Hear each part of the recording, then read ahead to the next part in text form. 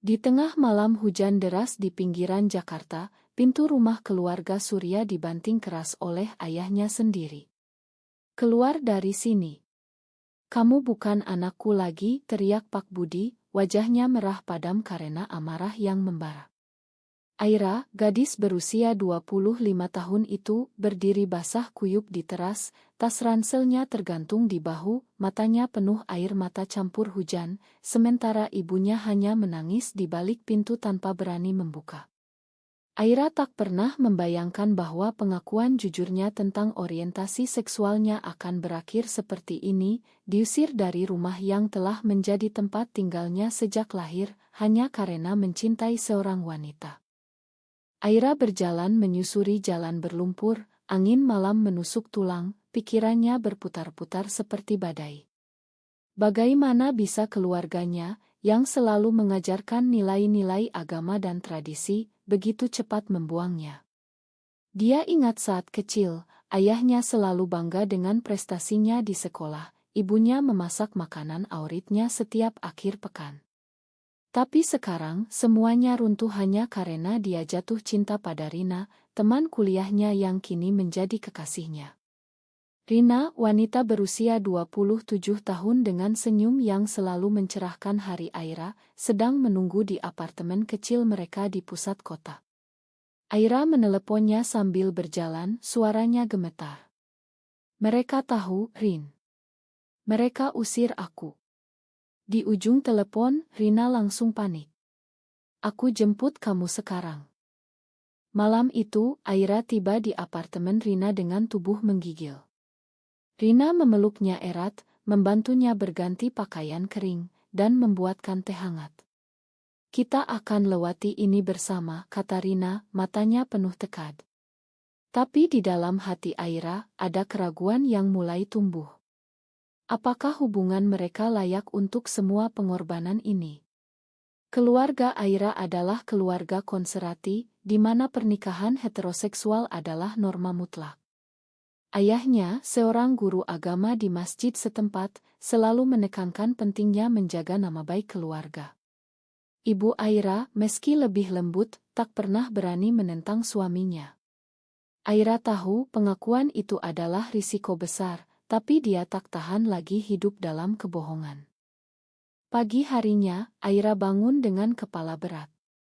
Rina sudah menyiapkan sarapan, tapi Aira tak punya nafsu makan. "Aku harus bicara dengan mereka lagi," gumam Aira. Rina menggelengkan kepala. "Beri waktu dulu. Mereka shock." Tapi Aira tak bisa diam, dia kembali ke rumah orang tuanya, berharap amarah ayahnya sudah reda. Namun, pintu tetap tertutup. "Pergi saja. Jangan kembali," teriak ayahnya dari dalam. Ibu Aira membuka jendela sebentar, matanya basah. "Makan mama, nak. Papa marah besar." Aira pulang dengan hati hancur. Di apartemen, Rina mencoba menghibur, tapi Aira mulai merasa beban. "Apa aku salah mencintaimu?" tanyanya pada Rina suatu malam. Rina terdiam, lalu memeluknya. "Cinta kita nggak salah, Air. Masyarakat yang salah." Hari-hari berlalu, Aira mencoba menyesuaikan diri dengan kehidupan baru. Dia bekerja sebagai desainer Grace Relance, sementara Rina adalah guru sekolah dasar. Mereka hidup sederhana, tapi bahagia dalam diam. Namun, gosip mulai menyebar di kampung halaman Aira. Tetangga-tetangga mulai membicarakan anak perempuan Pak Budi yang menyimpang. Ayah Aira semakin malu, bahkan menolak undangan acara keluarga. Suatu hari, sepupu Aira, yang masih remaja, menelepon. "Kak, kenapa kakak diusir? Kata orang-orang kakak suka cewek." Aira menjelaskan dengan hati-hati, tapi sepupunya terdengar bingung. "Tapi itu dosa, Kak." Kata-kata itu menusuk hati Aira. Konflik mulai muncul di antara Aira dan Rina. Aira sering menangis malam-malam, merindukan keluarganya. Rina merasa bersalah, seolah dia penyebabnya. "Mungkin kita harus putus," kata Aira suatu kali dalam amarah. Rina terkejut. Jangan bilang gitu. Kita sudah berjuang sejauh ini. Tapi Aira merasa tertekan. Dia mulai mencari konseling online, membaca tentang pengalaman orang-orang di Indonesia. Banyak cerita mirip, penolakan keluarga, diskriminasi sosial. Aira sadar perjuangannya baru dimulai. Suatu hari, Aira mendapat kabar bahwa ibunya sakit. Dia buru-buru ke rumah sakit, tapi ayahnya menghalangi. Kamu gak boleh masuk. Kamu sudah bukan keluarga. Aira menangis di lorong rumah sakit, hanya bisa melihat ibunya dari kejauhan. Saat itu, dia memutuskan sesuatu yang radikal. Aku akan tunjukkan pada mereka bahwa aku bisa mandiri, katanya pada Rina. Rina mendukung, tapi khawatir. Aira mulai menabung, mencari pekerjaan tetap. Dia mendapat posisi di agensi desain besar di Jakarta. Gaji lumayan cukup untuk rencananya. 6 bulan kemudian, Aira membeli tanah di sebelah rumah orang tuanya. Tanah itu milik tetangga yang pindah ke luar kota. Ayah Aira marah besar saat tahu. Apa maksudnya ini? Mau mempermalukan kami lebih lagi. Tapi Aira diam saja, fokus membangun rumah kecilnya. Rina membantu meski ragu. Ini ide bagus enggak sih? Tanya Rina. Aira tersenyum tipis. Mereka usir aku, tapi aku enggak akan pergi jauh. Aku akan hidup di depan mata mereka, bahagia tanpa mereka. Pembangunan rumah dimulai. Tetangga bergunjing, keluarga Aira semakin terisolasi. Ibu Aira diam-diam mengintip dari jendela, melihat putrinya bekerja keras. Ayah Aira semakin pendiam, tapi amarahnya tak reda. Aira dan Rina pindah ke rumah baru itu setelah selesai. Setiap pagi, Aira melihat orang tuanya dari kejauhan, tapi tak pernah menyapa. Ini balas dendam terbaik, pikir Aira. Tapi di dalam, hatinya sakit. Rumah baru Aira berdiri tegak di sebelah rumah orang tuanya, hanya dipisahkan pagar kayu rendah. Setiap hari, Aira bisa mendengar suara ayahnya memanggil adzan subuh dari masjid, tapi dia tak pernah keluar untuk menyapa. Rina yang kini tinggal bersamanya, mencoba membuat rumah itu nyaman. Mereka menanam bunga di halaman, memasang lampu taman yang hangat. Ini rumah kita sekarang, kata Rina sambil memeluk Aira. Tapi Aira sering termenung di teras, memandang rumah sebelah dengan mata kosong.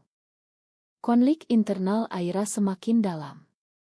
Di siang hari, dia sibuk bekerja, tapi malam hari, mimpi buruk datang. Dia mimpi ayahnya meninggal tanpa maan, ibunya menangis sendirian. Apa aku terlalu keras? Tanyanya pada Rina. Rina menggeleng. Mereka yang usir kamu. Ini cara kamu bertahan. Tapi Rina sendiri mulai merasakan tekanan. Keluarganya, yang tinggal di Bandung, mulai bertanya tentang teman serumah Aira. Rina belum berani mengaku, takut nasib sama seperti Aira. Suatu hari, adik Aira, yang berusia 18 tahun, datang diam-diam. Kak, aku kangen kamu, kata Dita, memeluk Aira di teras.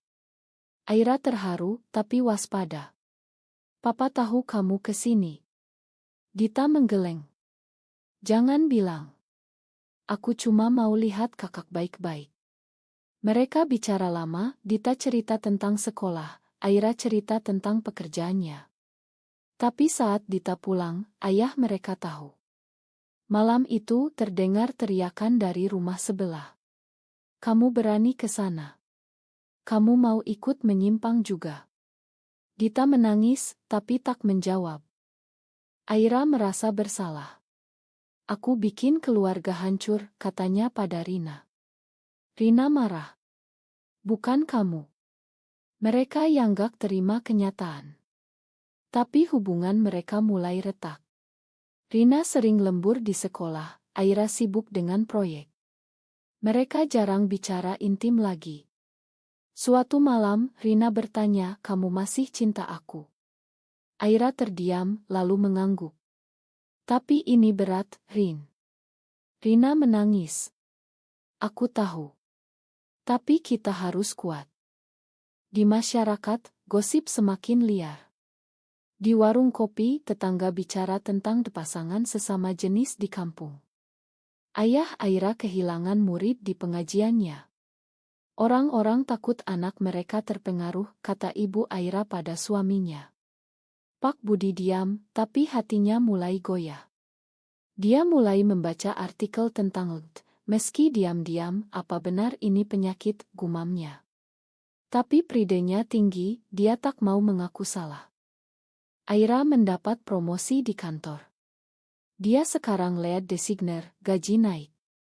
Kita bisa liburan, kata Aira pada Rina. Tapi Rina ragu.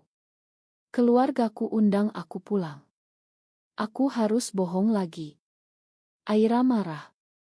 Kenapa kamu gak bilang saja? Aku sudah bayar harganya. Pertengkaran meledak.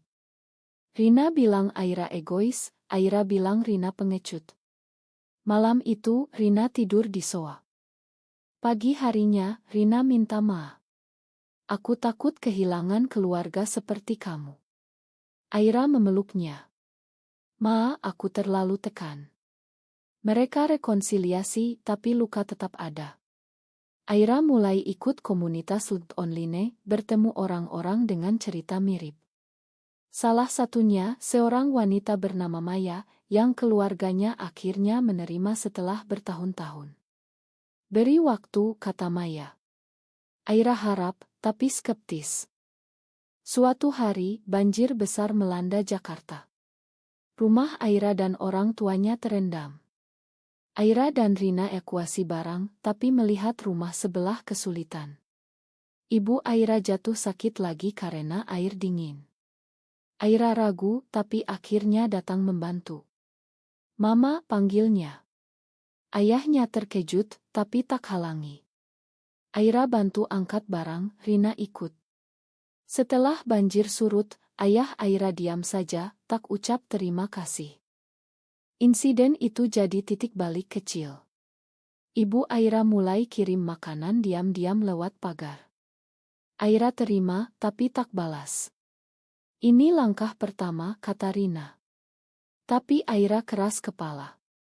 Mereka harus minta maaf dulu. Konflik internal Aira semakin parah. Dia mulai minum obat tidur untuk tidur nyenyak. Rina mendapat tekanan dari sekolah. Ada orang tua murid yang tahu tentang hubungannya dengan Aira. Guru seperti itu gak pantas ajar anak kami, kata mereka. Kepala sekolah panggil Rina. Ini rumor, Bu. Tapi hati-hati. Rina pulang menangis. Aku bisa dipecat. Aira marah pada masyarakat. Ini diskriminasi. Tapi Rina takut. Mungkin kita harus pindah kota. Aira tolak. Aku gak lari lagi. Ini rumahku. Pertengkaran lagi. Rina packing barang. Aku pergi ke Bandung dulu. Aira terkejut. Jangan tinggalkan aku. Rina menangis. Aku butuh waktu. Rina pergi, meninggalkan Aira sendirian di rumah sebelah. Sendirian di rumah, Aira merasa dunia runtuh lagi. Dia tak bisa tidur, makan pun susah. Setiap malam, dia lihat lampu rumah orang tuanya menyala, tapi tak berani mendekat. Kenapa semuanya harus begini, gumamnya. Dia hubungi Rina setiap hari, tapi Rina jawab singkat. Aku lagi mikir, air. Aira panik, takut kehilangan satu-satunya orang yang mencintainya. Di kantor, Aira tetap profesional, tapi rekan kerja notice perubahannya. Kamu baik-baik aja, tanya bosnya. Aira senyum palsu. Iya. Tapi di dalam, dia hancur. Dia mulai ikut terapi online, cerita tentang trauma diusir, tentang rumah sebelah, tentang Rina. Terapis bilang kamu harus konfrontasi emosimu. Aira coba, tapi sulit. Suatu hari, Dita datang lagi. Kak, papa mulai berubah. Dia baca buku tentang psikologi. Aira terkejut. Bener. Gita angguk. Tapi dia masih marah. Aira kasih makanan untuk ibu. Titip ya. Gita senang. Kak, kapan kita ngobrol lagi? Aira ragu. Nanti aja. Rina pulang setelah seminggu. Aku kangen kamu, katanya. Mereka pelukan lama. Jangan pergi lagi, pinta Aira. Rina janji. Tapi tekanan di sekolah semakin besar. Rina akhirnya resign. Aku cari kerja baru. Aira dukung, tapi khawatir finansial.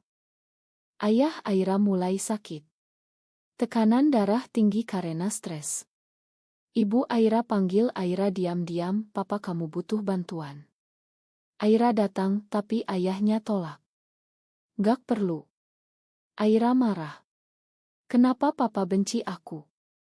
Ayah diam, kamu bikin malu keluarga. Aira balas, cinta aku gak bikin malu. Papa yang bikin aku sakit. Pertengkaran hebat, Aira pergi sambil menangis. Setelah itu, ayah Aira mulai renung. Dia hubungi teman lama, seorang psikolog.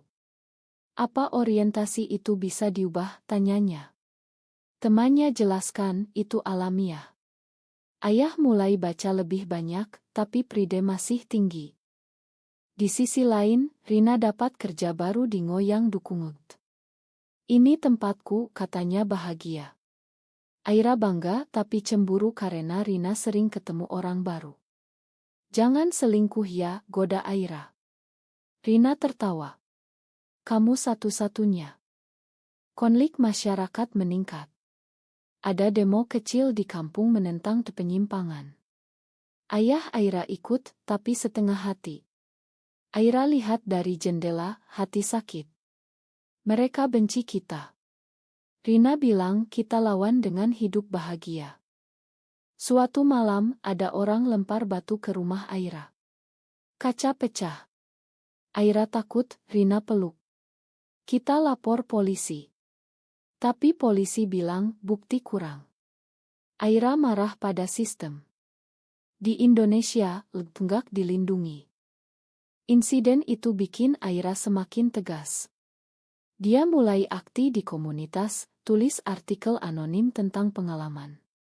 Banyak yang dukung. Tapi ayahnya tahu, marah lagi. Kamu mau publikasikan aib keluarga. Rina hamil. Tunggu, tidak, ini lesbian. Mungkin tidak. Mereka putuskan adopsi atau apa, tapi tidak, ikuti tema. Aira dapat undangan seminar LUD. Dia jadi pembicara. Cerita saya tentang penolakan keluarga. Di sana, dia bertemu banyak orang, termasuk orang tua yang menerima anaknya. Aira iri. Pulang, dia cerita pada Rina. Mungkin suatu hari keluargaku juga. Rina angguk. Tapi malam itu, ayah Aira ketuk pintu. Bisa kita bicara? Ayah Aira berdiri di teras, wajahnya lelah. Papa mau bicara, katanya pelan. Aira terkejut, tapi biarkan masuk. Rina sembunyi di kamar, takut. Papa baca banyak hal, kata ayah. Papa salah besar usir kamu. Aira menangis. Kenapa baru sekarang? Ayah jelaskan, papa takut apa kata orang. Tapi sekarang, papa sadar, keluarga lebih penting. Mereka pelukan, air mata bercucuran. Ibu Aira datang besoknya. Makan mama, nak. Aira makan. Tapi saat Rina keluar, suasana tegang. Ini Rina, kata Aira. Ayah angguk kaku. Papa coba terima. Tapi dalam hati, masih sulit. Rekonsiliasi tak mudah. Ayah sering debat dengan Aira tentang agama. Al-Quran bilang begini. Aira balas, tapi cinta gak dosa. Debat panas, tapi akhirnya saling paham. Rina bertemu keluarganya. Aku lesbian dan aku cinta Aira. Keluarga Rina syok, tapi ibunya peluk. Asal kamu bahagia. Ayah Rina marah, tapi lambat laun reda. Di masyarakat, perubahan lambat. Tetangga masih gosip, tapi Aira dan Rina hidup terbuka. Mereka ikut parade Pride di Jakarta, meski kecil. Konflik baru muncul. Teman lama Aira, yang homofobik, putus silaturahmi. Kamu berubah. Aira sedih, tapi terima. Rina dapat promosi di Ngo. Kita bisa bantu orang lain. Aira dukung. Mereka mulai konseling pasangan LUT. Suatu hari, Dita bilang ingin kuliah psikologi. Terinspirasi dari kakak. Aira bangga. Tapi ada pengkhianatan. Seorang teman di komunitas bocorkan identitas Aira ke media. Berita jadi viral, anak guru agama jadi lesbian, bangun rumah sebelah untuk balas dendam. Aira marah, keluarga malu lagi. Ayah Aira hadapi tekanan. Muridnya berkurang. Papa mundur dari pengajian. Aira bersalah. Ma, Pak. Ayah bilang, gak apa. Papa dukung kamu sekarang. Rina kena dampak. Ngonya dikritik.